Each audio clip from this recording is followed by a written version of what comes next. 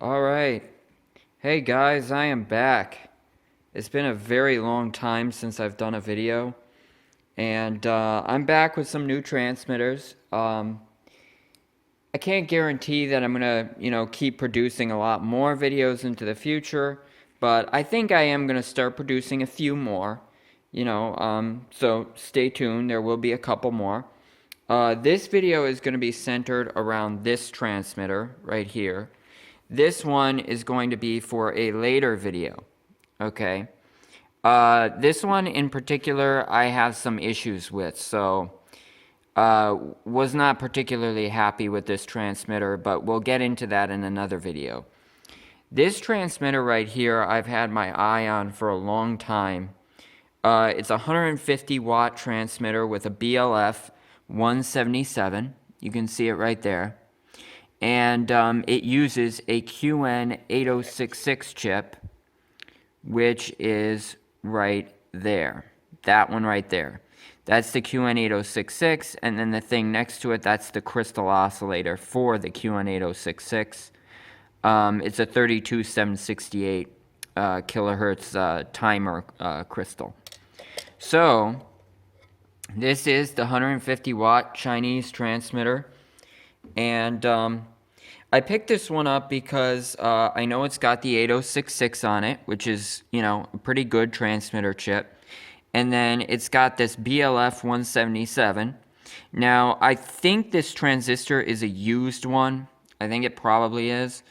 However, even if it is used, at least this is being used within spec. Because what I've been noticing recently, if you go on AliExpress or if you go on eBay, is you're going to start to find this proliferation of Chinese transmitters that are using used cellular MOSFETs, right? And so they're these MOSFETs that were never designed for the frequencies that they're using them for. And so you'll find a lot of, there's several 100 to 200 watt transmitters on AliExpress. I remember in particular there's a 120 watter and a 200 watter. And it looks kind of like this, except it has a housing, a metal housing that goes over the top of it, almost like a Faraday cage. You'll see one that's 200 watts and one that is 120 watts. And it's got its little screen module on the side of it, as opposed to this separate little thing, right? You don't want to get those transmitters, and I'm going to do a video in the future, potentially, on why you shouldn't. But just to debrief quickly, they're using used cellular MOSFETs completely out of spec, right? So I picked this one up because this one... it's a good price, and it has a BLF 177, which was designed for this frequency band, right?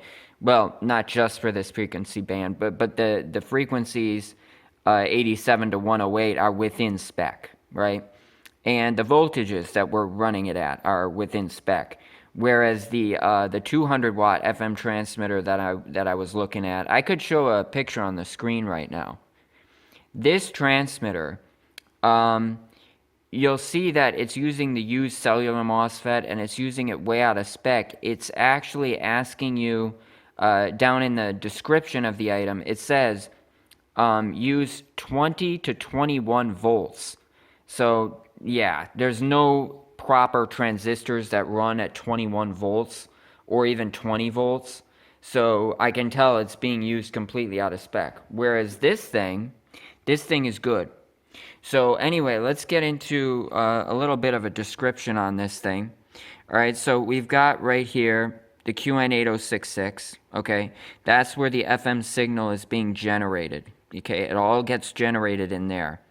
It's an FM stereo multiplexer and PLL VCO all inside of that chip, right? It's also got a digital signal processor. So the output of that then goes into this first MOSFET right here, or it could be a bipolar transistor, but it's a tiny little transistor right there, that little black thing. Then that gets amplified up to the second stage right here. This, I believe, is what's called the RDO1 MUS1, the RDO1 MUS1. okay, and it's a 1 watt VHF transistor, okay. Then we have right here, and it's upside down, but you can kind of flip it in your head. It's the RD15HVF1. Now this is a very common Mitsubishi transistor. You see it on a ton of different transmitters. It's a 15 watt transistor, the RD15. Now, I'm not sure why they're not using the RD06 here, because if they're actually running 15 watts into the BLF 177, I hope they're not, because that's way too much power to put into the BLF. The BLF should need about 6 to 7 watts input power. So I'm hoping they're not running this RD15 all the way up to full power. However, I'm assuming they tested this design, so yeah. I do remember seeing an older revision of this transmitter where they were using the RD06 in the older revision. So anyway, we've got this. This is the third stage of amplification, right? Then after this, it goes through this coil here, and then it goes through this balun, right? Goes through the loop, comes out here, goes through here, and then goes into the input of this BLF 177, the final MOSFET, right? Then the output of that goes here, and then goes here, and goes through this balun, whoop, up here. Then it's got 4 coil low pass filter, right? So that's a pretty decent low pass filter. Although, if you see this, I can stick that in there. See that? It's almost exactly the size of the end of this antenna, right? So the diameter of these coils is a little bit small for the kind of power that we're putting out here.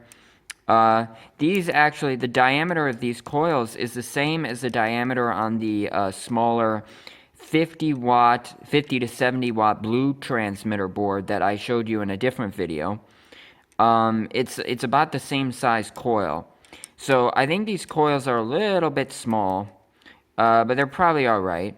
So they're probably not going to have as good of a Q. I think that's what happens when you use too small, as well as like more resistance.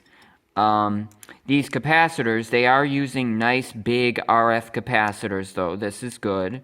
So, and these capacitors I think they look new.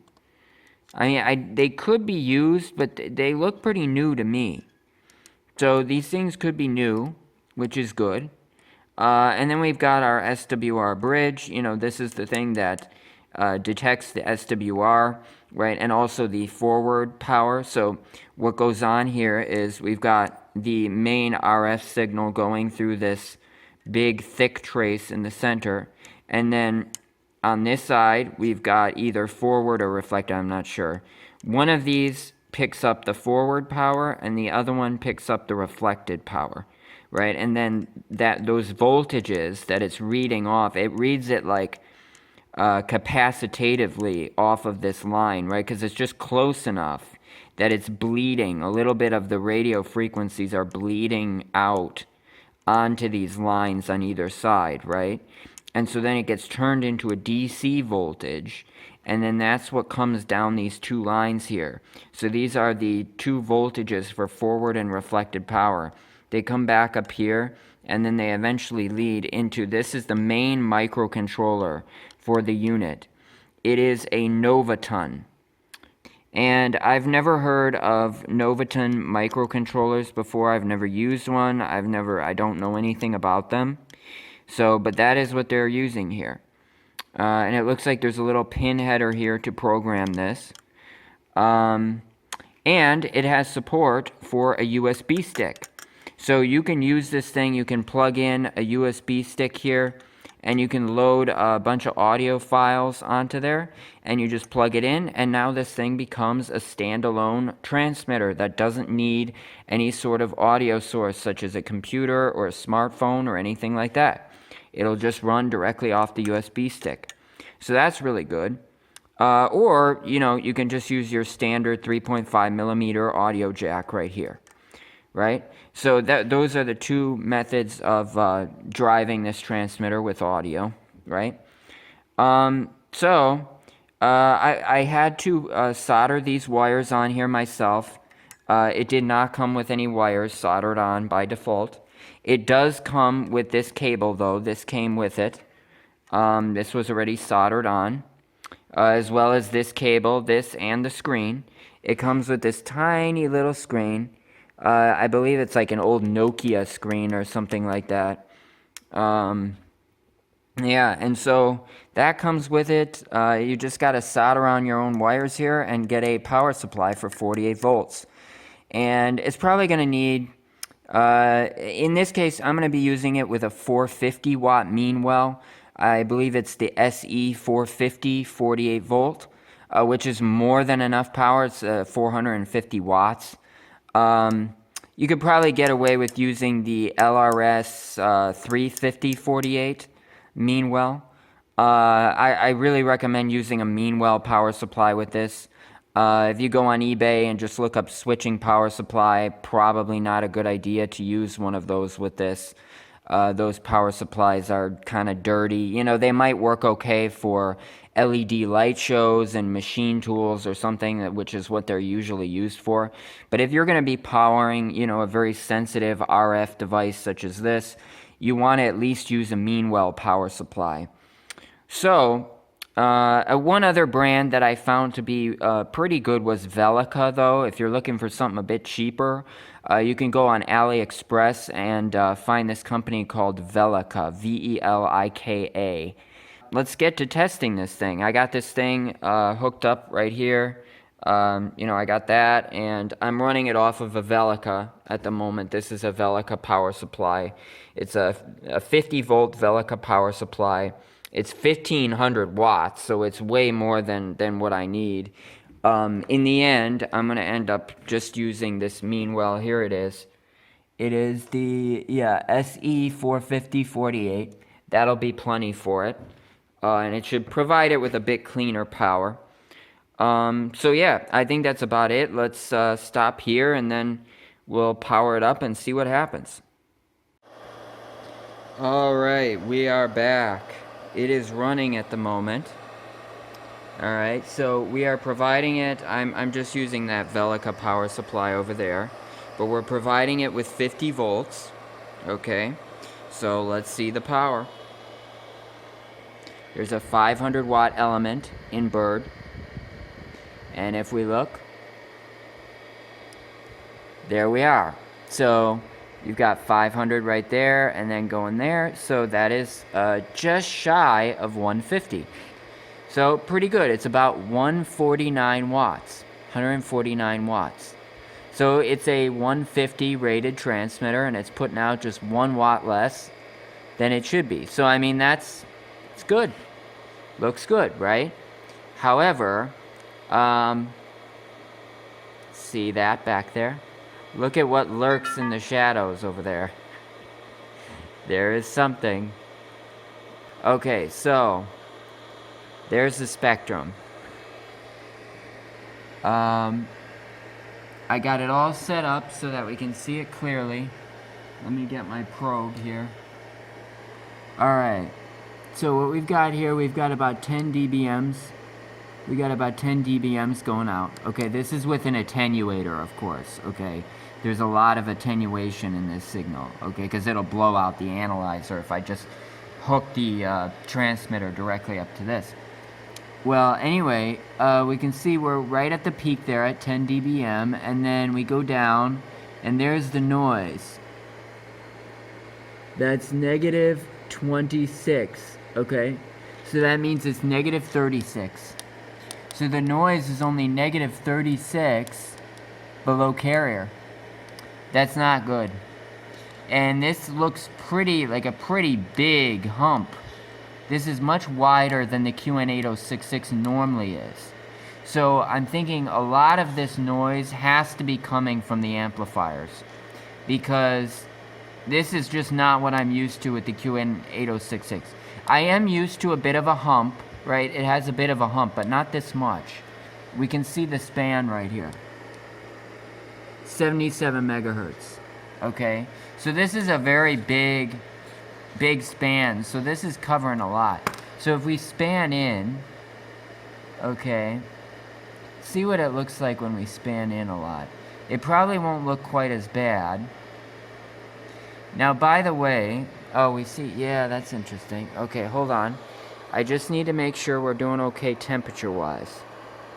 Yeah, see, that's another factor, is I'm noticing that this thing is very hot.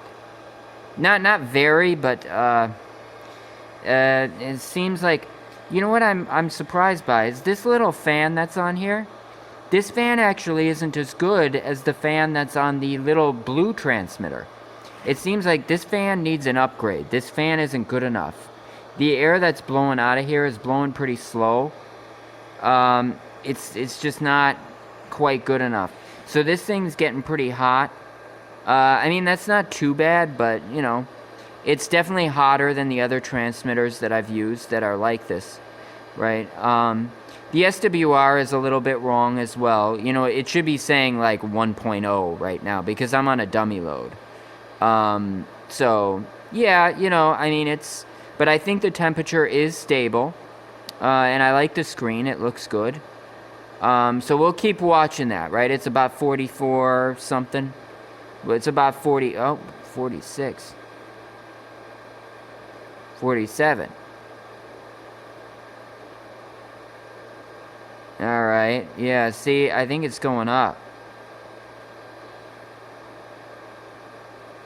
Alright, we'll call it 47, and we'll come back and look at it in a sec, but we can see here, this doesn't look that bad, I guess, because that part down there,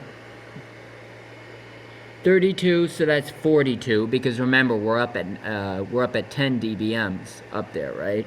So we always have to add to it, right? So, yeah, so that's 42, okay? So that's where the noise is. I mean, and then we got these two spikes. I'm gonna assume that's the MPX, but I don't remember the QN8066 having MPX spikes like that. It just has a hump. So this looks a little different than what I'm used to. It doesn't look as good as I expected. It does not look as good. Now, if we keep going over, do we get harmonics? No. Okay, so, I mean, when it comes to harmonics, this transmitter is great, right? But when it comes to the spectral quality, it leaves a lot to be desired. And I know that I really don't believe that is coming just from the QN8066. I really don't think so. Because it's like I've seen other QN8066 transmitters, and they look better than that, right? Like I said, they always have a hump. You know, the hump is a normal thing down there. But it's weird to see those extra spikes. It's also weird to see the hump a bit higher than it usually is. And, yeah, so... Yeah, so, and it's also a fair bit wider. The hump is pretty wide. Let's do a, frequency. We're gonna peak CF, okay, and then we're gonna span in. And I want to see exactly where do we start to get some humpage. Alright, so it's about there. Okay, so if we go back to frequency, now we'll find, oh wow, okay, so the start is 68 megahertz, and the stop is 107. So that's, yeah, it's basically putting a hump over the entire FM band. Because see, we're transmitting, it says 88.0, it's 87.9, okay? It's a little bit, the marker's a little bit off. We're on 87.9, and we're getting noise hump all the way up to 107. Not good. Yeah, not good. This is, yeah, not very good. So, I don't know. Yeah, not looking good. And that thing got pretty hot. I put my finger on it. So, I don't think I would get this transmitter, actually. I thought it was going to be good, you know, given it has the 8066, but it seems pretty noisy.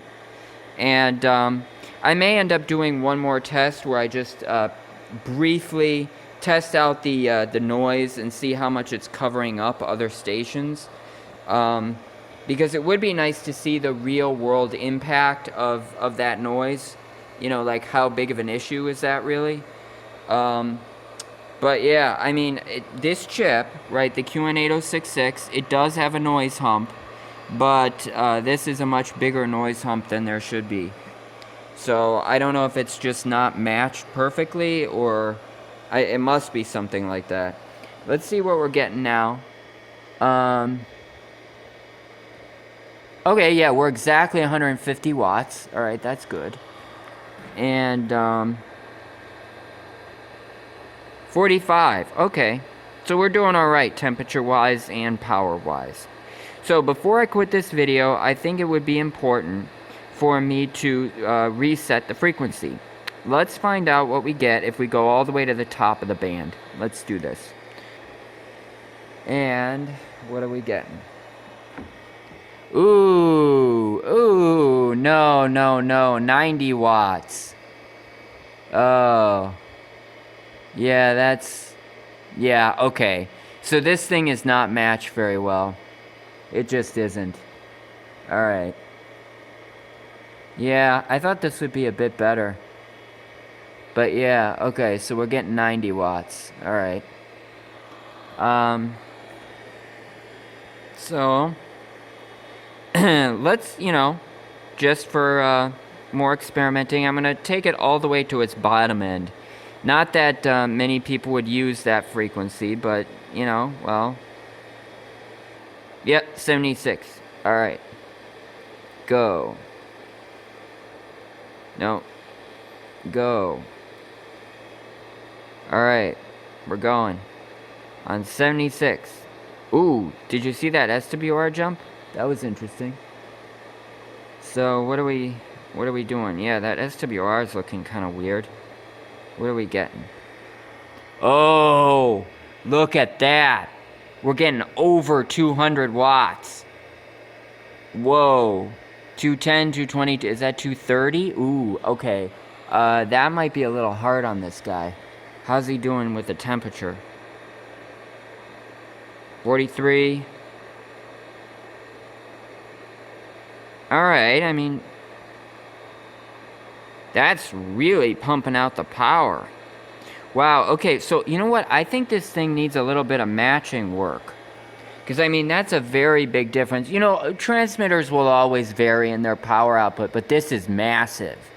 This level of variation in power out is just, like, way too much. Shouldn't be like this. Right, so, let's just see. Temperature. Yeah, okay, so actually, you know, temperature-wise, it's not doing too bad. And, yeah, that's hot, but, I mean, it's not any hotter than it was, at the other frequency. So, actually, it's doing pretty great. It really likes to work at the, low end of the band. Oh, it's drooping a little. Yeah, it's drooping. It's drooping. Alright, probably a good idea to shut it off. Let's shut this off. Yeah, okay. Give it a bit of a break, because, you know, this MOSFET is not rated for that much power. That's really pushing it.